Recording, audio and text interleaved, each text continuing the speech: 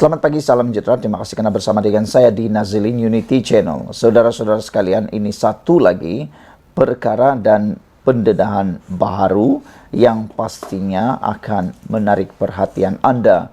Karena apabila saya pilih isu ini, tentunya ialah telah menarik perhatian kita semua. Ini adalah Muhyiddin, Dr. Mahathir, perlu jadi saksi PSSC pengasingan kuasa untuk EJ dan pendakwa raya. Bekas Perdana Menteri Muhyiddin Yassin dan Dr. Mahathir Mohamad perlu dipanggil sebagai saksi utama dalam prosiding jawatan kuasa pilihan khas Parlimen mengenai pengasingan kuasa peguam negara EJ dan pendakwa raya, kata DAP Johor Dr. Bu Cheng Hao. Mereka telah mendakwa keadilan telah gagal. Muhyiddin sebagai Perdana Menteri sebelum ini yang melantik bekas peguam negara dan Ketua Pesuruhjaya SPRM perlu dipanggil sebagai saksi utama.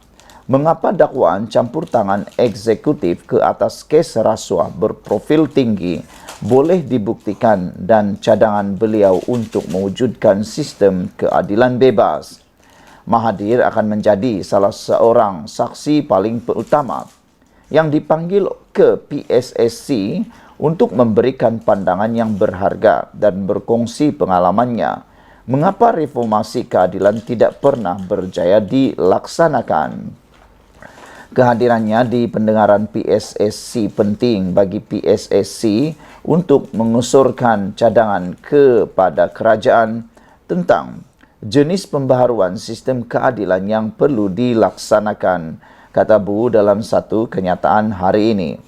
Ini satu kenyataan atau ini satu cadangan yang paling baik sekali pernah saya bacakan. Ini supaya tiada lagi timbul kata-kata atau aduan ataupun kenyataan daripada mana-mana pihak termasuk Muhyiddin Yassin dan juga termasuk Mahathir Mohamad tentang kononnya tiada keadilan, tiada berlaku reformasi dan sebagainya.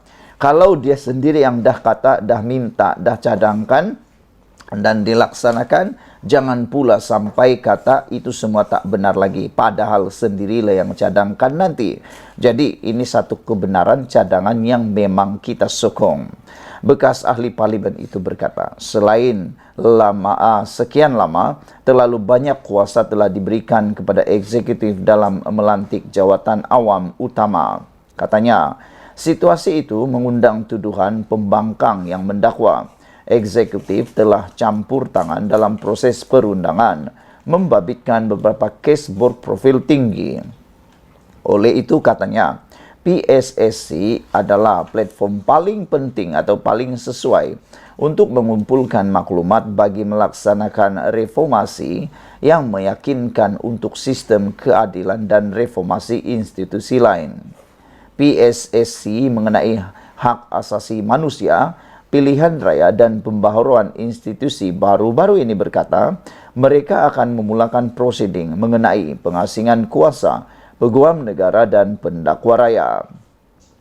Antara kes yang akan dibincangkan dalam siasatan ini termasuk penolakan rayuan terhadap bekas Perdana Menteri Najib Abdul Razak dan bekas Ketua Pegawai Eksekutif 1MDB Arul Kandasamy berhubung dakwaan mengubah laporan audit 1MDB, pembebasan Muhyiddin atas 4 pertuduhan salah guna kuasa yang dikaitkan dengan program Jana Wibawa dan pelepasan tanpa pembebasan diberikan kepada timbalan Perdana Menteri Ahmad Zahid Hamidi dalam kes rasuah Yayasan Akal Budi. Sekian dulu untuk kali ini. Jangan lupa tinggalkan komen Anda. Sila tekan butang subscribe. Malaysia kita punya. Kita jaga sama-sama cintai Malaysiaku. Bye-bye. Selamat pagi, salam sejahtera. Terima kasih karena bersama dengan saya di Nazilin Unity Channel. Ini satu keputusan yang ditunggu-tunggu oleh seluruh rakyat Malaysia, khususnya Muhyiddin Yassin, dan tak tahulah Anda terkejut atau tidak, terpulanglah pada Anda.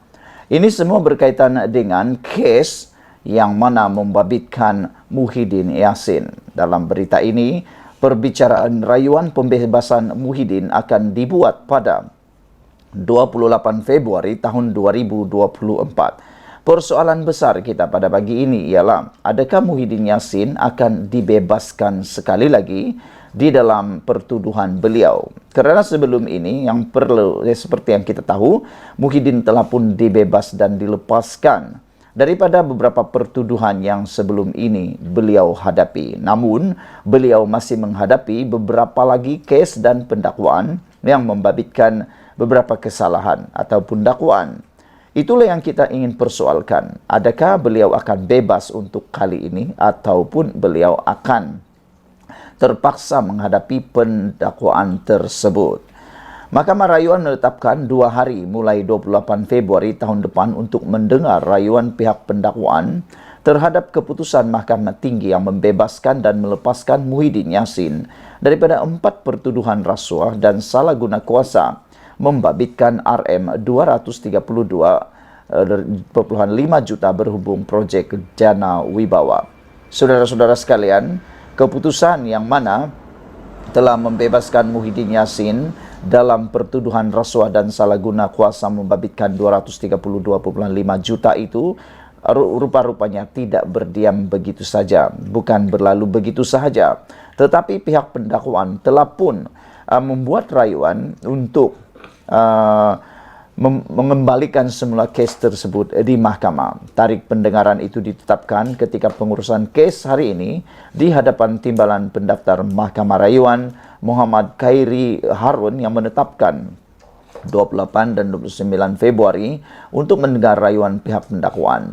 Mahkamah turut mengarahkan pihak pendakwaan dan pasukan pembelaan Muhyiddin untuk memfailkan penghujahan masing-masing sebelum 26 Februari tahun 2024. Pada 15 Ogos lalu, Mahkamah Tinggi Kuala Lumpur membenarkan permohonan Muhyiddin untuk membatalkan pertuduhan menggunakan kedudukannya untuk mendapatkan suapan berjumlah RM 232.5 juta untuk bersatu. Hakim Muhammad Jamil Hussein membuat keputusan itu setelah mendapati pertuduhan ke atas bekas Perdana Menteri itu adalah cacat, tidak berasas dan kabur serta tidak selaras dengan kanun tata cara jenayah. Katanya pertuduhan itu tidak mendedahkan butir-butir yang mencukupi mengenai kesalahan yang didakwa mengikut Akta SPRM 2009. Justru tertuduh tidak dapat menyediakan arahan seterusnya atau selanjutnya kepada peguam yang mewakilinya. Pihak pendakwaan kemudian memfailkan notis rayuan pada hari yang sama. Pengurusan kes hari ini diadakan di hadapan Timbalan Pendaftar Mahkamah Rayuan Muhammad Khairi Harun. Sementara itu, bernama melaporkan Timbalan Pendakwa Raya Wan Saharuddin Wan Aladin sebagai berkata, Mahkamah Session telah menetapkan 29 November untuk mendengar rayuan pihak pendakwaan. Ini bagi mendapatkan perintah penangguhan sementara prosiding bagi 3 lagi pertuduhan yang dihadapi bekas Perdana Menteri itu di bawah Seksyen 4 dalam kurungan 1 Akta Pencegahan Penggubahan Wang Haram, Pencegahan Pembiayaan Keganasan dan hasil daripada aktiviti haram 2001 sementara selesai rayuan di Mahkamah Rayuan. Muhyiddin, 76 tahun, didakwa menggunakan kedudukannya sebagai Perdana Menteri ketika itu dan Presiden Bersatu untuk mendapatkan suapan daripada 3 syarikat, yaitu Bukhari Equity Sdn Bhd, Nepturis Sdn Bhd dan Mamfur Sdn Bhd, dan juga daripada Azman Yusof untuk parti itu. Dia didakwa melakukan perbuatan itu di Pejabat Perdana Menteri Bangunan Perdana Putra Pusat Pentadbiran Kerajaan Persekutuan di Putrajaya antara 1 Mac 2020 dan 20 Ogos 2021. Selain 4 pertuduhan itu, Muhyiddin juga menghadapi 2 pertuduhan menerima hasil daripada aktiviti menyalahi undang-undang berjumlah RM 195 juta ringgit daripada Bukhari Equity yang didepositkan ke dalam akaun CIMB Bank Bersatu. Sekian dulu untuk kali ini. Jangan lupa tinggalkan komen anda. Sila tekan butang subscribe. Malaysia kita punya, kita jaga sama-sama, cintai Malaysiaku. Bye-bye.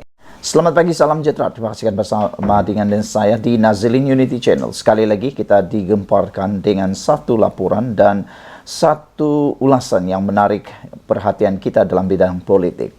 Baru-baru ini kita digemparkan dengan keputusan mahkamah membatalkan keputusan pilihan raya untuk kerusi Parlimen Kemaman. Semua ini dikaitkan dengan adanya wujud unsur rasuah dalam pilihan raya, dalam kempen pilihan raya tersebut. Ini menyebabkan mahkamah telah mengambil keputusan membatalkan keputusan tersebut. Dan sebelum itu juga ada satu juga kawasan di ahli parlimen yang dimiliki oleh PAS turut dibatalkan kemenangannya walaupun telah pun dipertandingkan baru-baru ini juga karena dikaitkan dengan unsur rasuah yang melibatkan kempen dalam pilihan raya tersebut. Dan oleh sebab itulah kita tertarik dengan satu ulasan daripada negaramerdeka.com yang mana timbalan Ketua Polis Negara sendiri mengatakan ataupun membuat satu kenyataan yang luar biasa, yaitu tiada derma, tiada sedekah yang haram, jelas tetap haram, kata Ayub Khan menemplak. Lebay PAS cuba cipta fatwa baru tentang rasuah.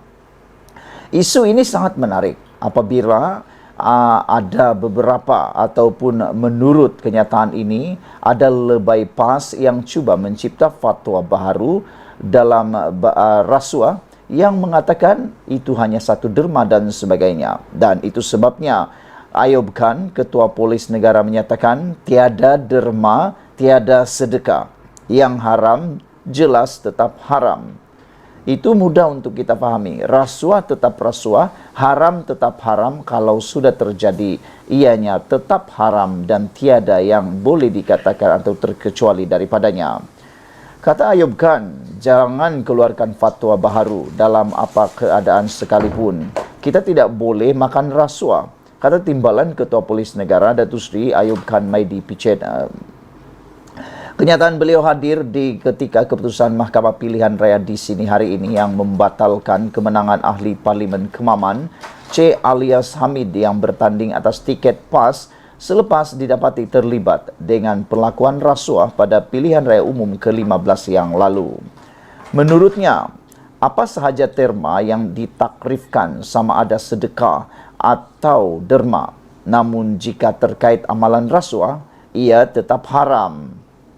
Tak payahlah kita nak bagi fatwa lain. Ini derma, ini sedekah. Tiada derma, tiada sedekah. Dan haram tetap haram, kata Datuk Seri Ayub Khan Maidi Pichet. Katanya lagi, beliau tidak akan bertolak ansur dalam soal integriti dan mana-mana individu yang terbabit dalam amalan rasuah akan ditangkap, dituduh di mahkamah dan dikenakan tindakan tata tertib.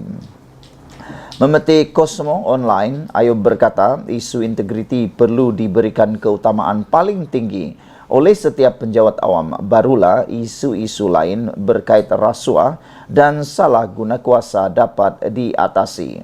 Menurutnya lagi, setiap penjawat awam juga perlu tegas, berani dan konsisten dalam setiap tugasan serta tanggungjawab yang diamanahkan. Penjawat awam jika cukup 60 tahun sudah pencen. Apabila sudah pencen, jangan bising lagi. Duduk rumah, jaga cucu. Sekarang ini kita ada kuasa dan kedudukan. Kita laksana tanggungjawab itu dan jangan takut. Tiada apa yang perlu ditakutkan, katanya lagi. Kata beliau lagi, beliau memuji ketegasan dilakukan negara jiran yaitu Singapura dalam menangani isu rasuah dan salah guna kuasa, di mana ketegasan itu meletakkan Singapura pada tahap sekarang, kata beliau lagi. Saudara-saudara sekalian, untuk mudah kita mengejar, untuk mudah kita seimbang, untuk mudah kita setaraf dengan Singapura, kita perlu mengambil tindakan yang sama seperti Singapura, yaitu tegas dalam menangani isu rasuah. Tiada kompromi dalam rasuah. Jangan sampai ada rasuah yang dianggap terpencil, yang dianggap kononnya menjadi normalisasi pula. Ada orang buat rasuah ini disangkal ataupun dikecam habis-habisan. Tapi kalau di pihak dia yang tertuduh melakukan rasuah, jadilah pula itu isu derma dan isu sedekah pula. Jadi kita harus ingat apa yang dikatakan oleh Ayub Khan, yaitu tiada derma, tiada sedekah, yang haram tetap haram. Jangan, kata Ayub Khan, tak payahlah kita nak bagi fatwa lain. Ini derma, ini sedekah. Tiada derma, tiada sedekah, dan haram tetap haram, kata Datuk Seri Ayub Khan Maidi Piche. Sekian dulu untuk kali ini. Jangan lupa tinggalkan komen anda. Sila tekan butang subscribe. Malaysia kita punya, kita jaga sama-sama. Cintai Malaysiaku. Bye-bye.